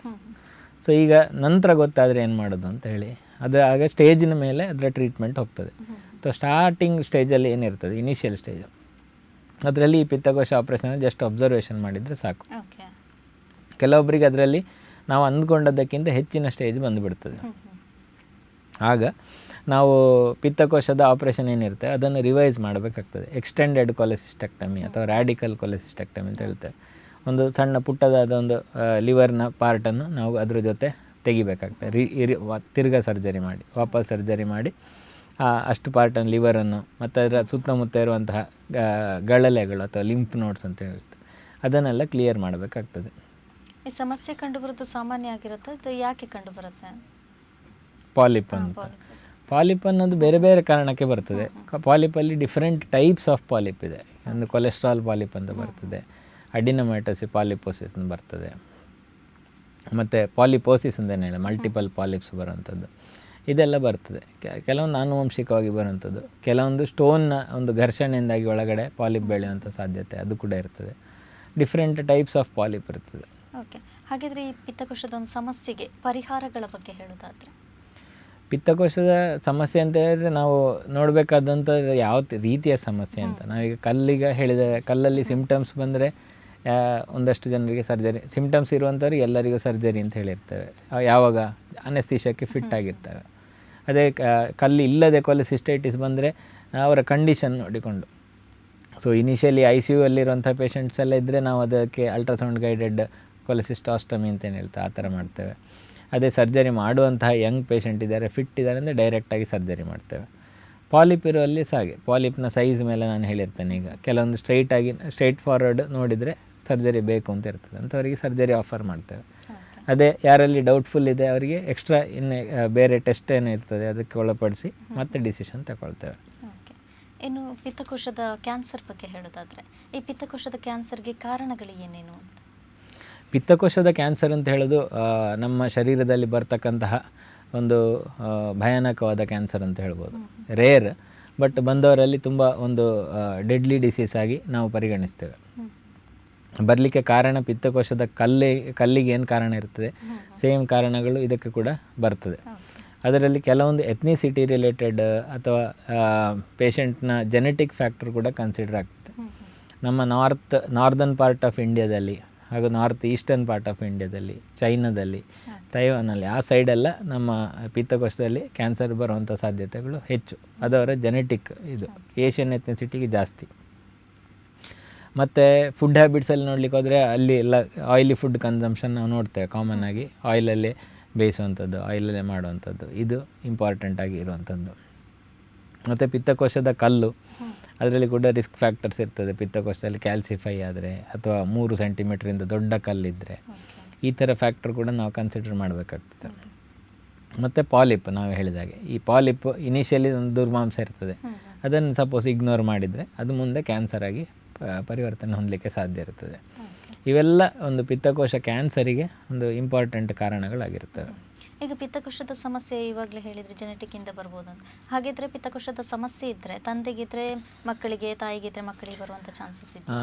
ಆ ಥರ ಡೈರೆಕ್ಟಾಗಿ ಕನೆಕ್ಷನ್ ಇಲ್ಲದಿದ್ದರೆ ಕೂಡ ಕೆಲವೊಂದು ನಮಗೆ ಇನ್ನೂ ರಿಸರ್ಚ್ ಆಗ್ತಾ ಇರುವಂಥದ್ದು ಕೆಲವೊಂದು ಫ್ಯಾಕ್ಟರ್ಸ್ ಇರ್ತವೆ. ಈ ಥರ ಈಗ ಕೆಲವೊಂದು ರೋಗಗಳಿರ್ತವೆ, ಕರೆಕ್ಟ್ ನಮಗೆ ಗೊತ್ತಿರ್ತದೆ ತಂದೆಗಿದ್ದರೆ ಮಗನಿಗೆ ಬಂದೇ ಬರ್ತದೆ ಅಂತ. ಇದು ಆ ಥರ ಅಲ್ಲ, ಕೆಲವೊಂದು ಜೆನೆಟಿಕ್ ಫ್ಯಾಕ್ಟರ್ಸ್ ಸ್ಟಡಿ ಮಾಡಿರುವಂಥದ್ದು ಏನಿದೆ ಅದರಿಂದಾಗಿ ಬರ್ತಾ ಇದೆ ಅಂತ ಈಗ ನಮಗೆ ಗೊತ್ತಾಗಿದೆ. ಸೊ ಅದರಲ್ಲಿ ಇನ್ನೂ ಈಗ ಅಡ್ವಾನ್ಸ್ ಆಗಿರತಕ್ಕಂಥ ಜೆನೆಟಿಕ್ ಟೆಸ್ಟ್ಗಳೆಲ್ಲ ನಡೀತಾ ಇದ್ದಾವೆ. ಫ್ಯೂಚರಲ್ಲಿ ಅದು ಕೂಡ ಗೊತ್ತಾಗ್ಬೋದು, ಯಾವ ರೀತಿ ಪ್ಯಾಟರ್ನ್ ಇರುತ್ತೆ ಅದೆಲ್ಲ ನಮಗೆ ಗೊತ್ತಾಗ್ಬೋದು. ಇನ್ನು ಪಿತ್ತಕೋಶದ ಕ್ಯಾನ್ಸರ್ನ ಲಕ್ಷಣಗಳ ಬಗ್ಗೆ ಹೇಳೋದಾದರೆ? ಪಿತ್ತಕೋಶದ ಕ್ಯಾನ್ಸರ್ ನಮ್ಮ ಪಿತ್ತಕೋಶದ ಕಲ್ಲಿನ ಥರವೇ ಗೊತ್ತಾಗುವಂಥದ್ದು. ಎಷ್ಟೊಂದು ಸರಿ ಒಂದು ಮ್ಯಾಕ್ಸಿಮಮ್ ಪೇಷಂಟ್ಸಲ್ಲಿ ಎಸಿಂಪ್ಟಮ್ಯಾಟಿಕ್ ಅಂತ ಗೊತ್ತಾಗೋದಿಲ್ಲ, ಬರೀ ಒಂದು ವೆಯ್ಟ್ ಲಾಸಿಂದಾಗಿ ಬರ್ತದೆ, ಹಸಿವೆ ಆಗೋದಿಲ್ಲ ಅಂತ ಬರ್ತಾರೆ. ನಾನ್ ಸ್ಪೆಸಿಫಿಕ್ ಕಂಪ್ಲೇಂಟ್ ಇಟ್ಕೊಂಡು ಬರೋರು ಜಾಸ್ತಿ. ಒಂದು ಮೋರ್ ದೆನ್ 50% ಜನರಲ್ಲಿ ಆ ಕ್ಯಾನ್ಸರ್ ಸ್ಪ್ರೆಡ್ ಆಗಿ ಫೈನಲ್ ಸ್ಟೇಜ್ ತಲುಪಿರ್ತದೆ, ಆವಾಗಲೇ ಗೊತ್ತಾಗುವಂಥದ್ದು. ಯಾಕಂದರೆ ಅದಕ್ಕೆ ಸಿಂಪ್ಟಮ್ಸ್ ಇಲ್ಲ. ಈಗ ಸಿಂಪ್ಟಮ್ಸ್ ಅಂತ ಪರ್ಟಿಕ್ಯುಲರಾಗಿ ನೋಡ್ಲಿಕ್ಕೆ ಹೋದರೆ ಅವರಿಗೂ ಸಹ ನೋವು ಇರಬಹುದು, ಪಿತ್ತಕೋಶ ಕಲ್ಲಿನ ಒಟ್ಟಿಗೆ ಅಸೋಸಿಯೇಟ್ ಆಗಿರುವಂಥ ಚಾನ್ಸಸ್ ಇರ್ತದೆ, ವಾಂತಿ ಬಂದಾಗುವಂಥದ್ದು, ಹಸಿವು ಕಡಿಮೆ ಆಗುವಂಥದ್ದು, ವೆಯ್ಟ್ ಲಾಸ್ ಆಗುವಂಥದ್ದು, ಇದೇ ಕ್ಯಾನ್ಸರ್ನ ಮುಖ್ಯವಾದ ಸಿಂಪ್ಟಮ್ಸ್. ಮತ್ತು ಕ್ಯಾನ್ಸರ್ ಉಲ್ಬಣಾವಸ್ಥೆಗೆ ತಲುಪಿದಾಗ ಅಥವಾ ಕೆಲವೊಂದು ಸರ್ತಿ ಪಿತ್ತಕೋಶದ ಮತ್ತು ಪಿತ್ತನಾಳದ ಜಂಕ್ಷನಲ್ಲಿ ಬಂದಾಗ, ಈ ಸಂದರ್ಭದಲ್ಲಿ ನಮಗೆ ಪೇಷಂಟ್ ಜಾಂಡೀಸ್ ಅಂತೇಳಿ ಬಂದಿರ್ತಾರೆ. ಆವಾಗ ನಮಗೆ ಕ್ಯಾನ್ಸರ್ ಇದೆ ಅಂತ ಟೆಸ್ಟ್ ಮಾಡಬೇಕಾದ್ರೆ ಗೊತ್ತಾಗುತ್ತೆ. ಈ ಟೆಸ್ಟ್ರ ಬಗ್ಗೆ ಹೇಳೋದಾದರೆ, ಟೆಸ್ಟ್ ಯಾವ ರೀತಿಯ ಟೆಸ್ಟ್ಗಳೆಲ್ಲ ಇದೆ? ಫಸ್ಟ್ ನಾವು ಯಾವುದೇ ರೀತಿ ಪೇಷಂಟ್ ಬಂದಾಗ ಲಿವರ್ ಫಂಕ್ಷನ್ ಟೆಸ್ಟ್ ಅಂತೂ ಮಾಡ್ತೇವೆ. ಆ ಲಿವರ್ ಫಂಕ್ಷನ್ ಟೆಸ್ಟಲ್ಲಿ ನಮಗೆ ಜಾಂಡಿಸ್ ಇದೆಯಾ ಆ ಥರದ ಒಂದು ಬೇಸಿಕ್ ಇನ್ಫಾರ್ಮೇಷನ್ ಗೊತ್ತಾಗ್ತದೆ. ಅದಾದ ಮೇಲೆ ನಾವು ಮಾಡುವಂಥದ್ದು ಅಲ್ಟ್ರಾಸೋನೋಗ್ರಫಿ ಅಂತ ಹೇಳೋ ಟೆಸ್ಟ್, ನಮ್ಮ ನಾರ್ಮಲ್ ಸ್ಕ್ಯಾನಿಂಗ್ ಏನು ಹೇಳ್ತೇವೆ ಅದು. ಸ್ಕ್ಯಾನಿಂಗ್ ಮಾಡಿದಾಗ ನಮಗೆ ಬೇಸಿಕ್ ಇನ್ಫಾರ್ಮೇಷನ್ ಎಲ್ಲ ಸಿಗ್ತದೆ. ಮತ್ತು ಈಗ ಸಪೋಸ್ ಕ್ಯಾನ್ಸರ್ ಇದ್ದರೆ ಕೂಡ, ಸೊ ಇನಿಷಿಯಲಿ ಈಗ ಲಿವರಿಗೆ ಸ್ಪ್ರೆಡ್ ಆಗಿದೆಯಾ ಕ್ಯಾನ್ಸರು, ಅಥವಾ ಅಲ್ಲಿ ನಾನೇ ಲಿಂಫ್ ನೋಡ್ಸ್ ಅಂತ ಗಳಲೆಗಳು ಅಂತಲೇ ಹೇಳ್ತೇವೆ, ಅವುಗಳಿಗೆ ಸ್ಪ್ರೆಡ್ ಆಗಿದೆಯಾ, ಹೊಟ್ಟೆಯಲ್ಲಿ ಈಗ ನೀರು ತುಂಬಿಕೊಳ್ತದೆ. ಈಗ ಕ್ಯಾನ್ಸರ್ ಸ್ಟೇಜ್ ಅಡ್ವಾನ್ಸ್ ಆದಾಗ ಹೊಟ್ಟೆಯಲ್ಲಿ, ಎದೆಯಲ್ಲಿ ಎಲ್ಲ ನೀರು ತುಂಬ, ಆ ಥರ ಇದ್ದರೆ ನಮಗೆ ಇನಿಷಿಯಲ್ ಅಸೆಸ್ಮೆಂಟಲ್ಲೇ ಗೊತ್ತಾಗುತ್ತೆ. ಇಲ್ಲ ಪಿತ್ತಕೋಶದಲ್ಲಿ ಕೆಲವೊಂದು ಸರಿ ದಪ್ಪ ಆಗಿದೆ, ಕ್ಯಾನ್ಸರ್ ಇರೋ ಸಾಧ್ಯತೆ ಇದೆ, ಈ ಥರ ರಿಪೋರ್ಟ್ ಬಂದಾಗ ನಾವು ಅಡ್ವಾನ್ಸ್ ಟೆಸ್ಟಿಗೆ ಸಬ್ಜೆಕ್ಟ್ ಮಾಡ್ತೇವೆ. ಇದರ ಟ್ರೀಟ್ಮೆಂಟ್ ಕೂಡ ಯಾವ ರೀತಿಯಾಗಿರುತ್ತೆ? ಟ್ರೀಟ್ಮೆಂಟ್ ಅಂತ ಹೇಳಿದರೆ ಮುಖ್ಯವಾಗಿ ಆಪ್ರೇಷನ್ ಯಾರಲ್ಲಿ ಎಲ್ಲ ಮಾಡಲಿಕ್ಕೆ ಸಾಧ್ಯ ಇದೆ ಅವರಲ್ಲಿ ಆಪ್ರೇಷನ್ನು ಇಂಪಾರ್ಟೆಂಟಾಗಿ ಮಾಡುವಂಥದ್ದು. ಸೊ ಆಪ್ರೇಬಲ್ ಡಿಸೀಸಲ್ಲಿ ಇದು ಆಪ್ರೇಷನ್ನು, ಅದು ಲ್ಯಾಪ್ರೋಸ್ಕೋಪಿಕ್ ಆಗಿಯೂ ಮಾಡ್ಬೋದು ಅಥವಾ ಓಪನ್ ಆಗಿ ಮಾಡ್ಬೋದು. ಸ್ಟೇಜಿಗೆ ತಕ್ಕ ಹಾಗೆ, ಪೇಷಂಟ್ನ ಕಂಡೀಷನಿಗೆ ತಕ್ಕ ಹಾಗೆ ನಾವು ಡಿಸಿಷನ್ ತಗೊಳ್ಳೋದು. ಅದೇ ಅಡ್ವಾನ್ಸ್ ಡಿಸೀಸ್ ಅಂತ ಬಂದಾಗ ಆಪ್ರೇಷನ್ ಮಾಡಲಿಕ್ಕೆ ಸಾಧ್ಯ ಇಲ್ಲ, ಅಥವಾ ಸುತ್ತಮುತ್ತ ರಕ್ತನಾಳಗಳಿಗೆ ಅಂಟಿಕೊಂಡಿವೆ ಅಥವಾ ಸ್ಪ್ರೆಡ್ ಆಗಿದೆ, ಆ ಥರ ಇದ್ದ ಸಂದರ್ಭದಲ್ಲಿ ಕೀಮೊಥೆರಪಿ ಮುಖಾಂತರ ಡೌನ್ ಸ್ಟೇಜ್ ಮಾಡಲಿಕ್ಕೆ ಟ್ರೈ ಮಾಡ್ತೇವೆ. ಯಾರಲ್ಲಿ ಅದು ಡೌನ್ ಸ್ಟೇಜ್ ಆಗ್ತದೆ ಅವರಲ್ಲಿ ಮತ್ತೆ ಆಪ್ರೇಷನ್ಗೆ ಸಬ್ಜೆಕ್ಟ್ ಮಾಡ್ತೇವೆ. ಕೊನೆಯದಾಗಿ ಒಂದು ಸಂದೇಶ ಹೇಳೋದಾದ್ರೆ, ಈ ಪಿತ್ತಕೋಶದಲ್ಲಿ ನಾವು ನೋಡಿದ ಹಾಗೆ ಹಲವಾರು ಸಮಸ್ಯೆಗಳು ಬರ್ಬೋದು. ಯಾವುದೇ ರೀತಿಯ ಪಿತ್ತಕೋಶ ಸಮಸ್ಯೆಗೆ ನಾವು ಹೇಳಿದಂಥ ಸಿಮ್ಟಮ್ಸ್, ನೋವಿರ್ಬೋದು, ವಾಂತಿ ಇರ್ಬೋದು, ವೆಯ್ಟ್ ಲಾಸ್ ಇರ್ಬೋದು, ಯಾವುದೇ ರೀತಿ ತೊಂದರೆ ಇದ್ದರೂ ಸಮೀಪದ ಒಂದು ಸರ್ಜಿಕಲ್ ಗ್ಯಾಸ್ಟ್ರೆಂಟ್ರಾಲಜಿಸ್ಟ್ ಅಥವಾ ಎಕ್ಸ್ಪರ್ಟ್ ಏನಿರ್ತಾರೆ, ಸರ್ಜನ್ಸ್ ಇರ್ತಾರೆ, ಅವ್ರ ಹತ್ರ ಹೋಗಿ ಪೇಷಂಟ್ ಖಂಡಿತವಾಗಿ ತೋರಿಸಬೇಕು. ಮತ್ತು ಆಹಾರ ಹಾಗೂ ಜೀವನ ಶೈಲಿಯ ಬಗ್ಗೆ ಗಮನ ಕೊಡಬೇಕು. ಡಾಕ್ಟರ್, ಇಷ್ಟೊತ್ತು ಸಾಕಷ್ಟು ಮಾಹಿತಿಯನ್ನು ನೀಡಿದ್ರಿ, ಧನ್ಯವಾದಗಳು.